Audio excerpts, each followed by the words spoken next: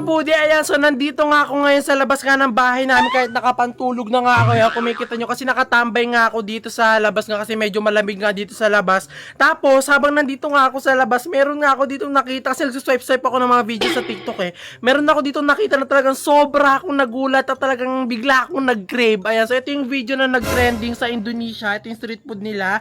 Ayan, kumikita nyo. Yan yung parang binlag ko dati na egg roll maker, yung parang machine na binlag ko na talagang gumagawa ng ganyan. Kasi tignan yung ginawa ni ate, naglagay siya ng hotdog pati ng parang crab stick dun sa machine na yun. Tapos nilagyan niya ng itlog. At talaga sobra ako nag-crave na sa ginawa ni ate na yan kasi tignan nyo. Ayan, panoodin nyo yung gagawin ni ate. Talaga nag-crave ako niyang gabing-gabi na.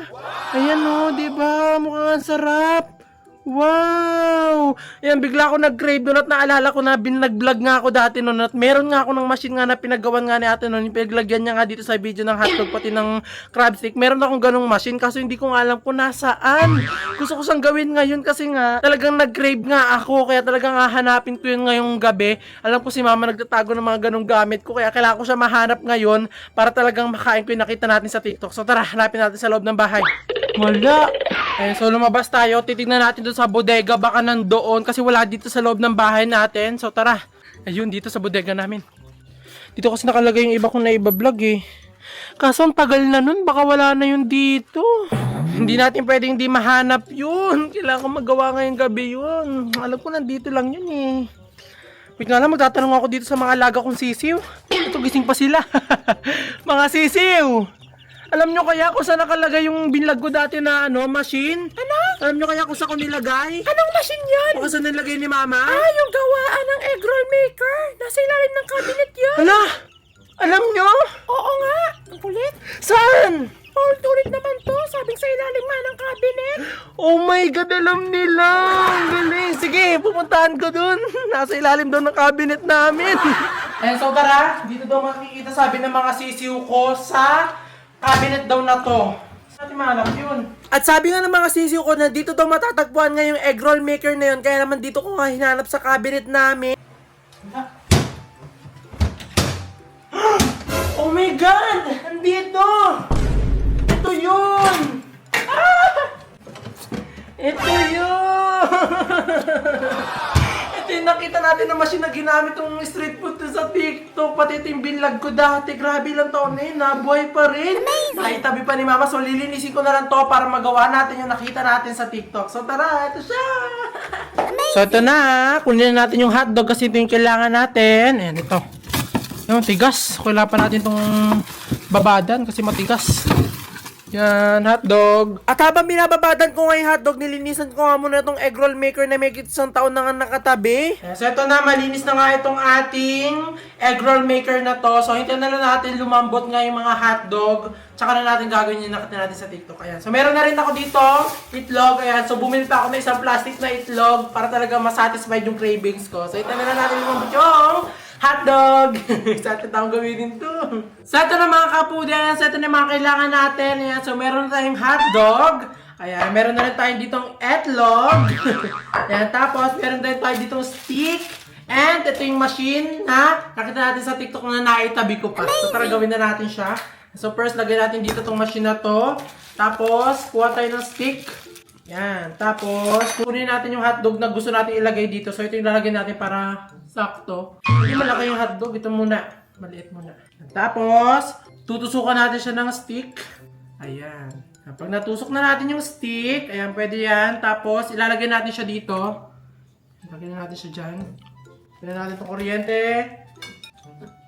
Yan. So, umilaw na siya. Ayan kung makikita nyo, may ilaw na dyan sa baba. So, ibig sabihin gumagana na siya. So, pag nalagay na natin yung hotdog dito, maglalagay na tayo ng oil. Ayan, ganyan ka-kaunting oil. Amazing! And then, meron na tayo dito na crack na egg. Ayan, so, mukhang okay na to. So, pag nahalo-halo na natin yung egg, ilalagay na natin siya dito sa machine para maluto na. Ayan. So, mukhang okay na yan. Ayan na. Mukhang lalabas na. Wow. Hintayin na lang natin. Ayan na. Ayan na. Ah! Ayan na! Ah! Di ba ang cute? Ayan. So, ito na yung nagawa natin na isa. Ayan, mukhang hilaw pa. Yes, ito yung nagawa natin. Gumawa pa tayo ng isa. Karat-karat natin siya. Tapos, lagyan natin itong hotdog.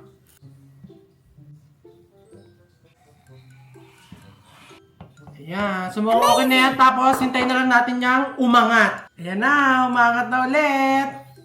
Galing! Wow! Ayan na. Handa na natin yung plato.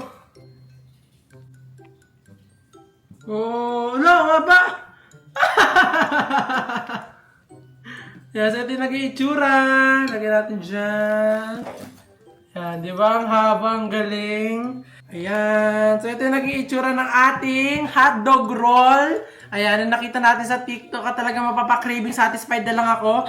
Ayan, so ito na, okay na nga itong ating mga hotdog egg roll. Ayan, so lalagyan natin siya ng ketchup.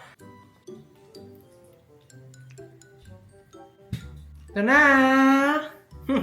Kainin na natin.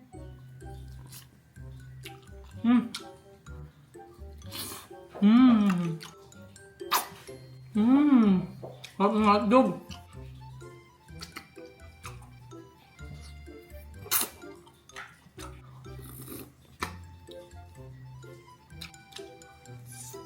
Ang sarap.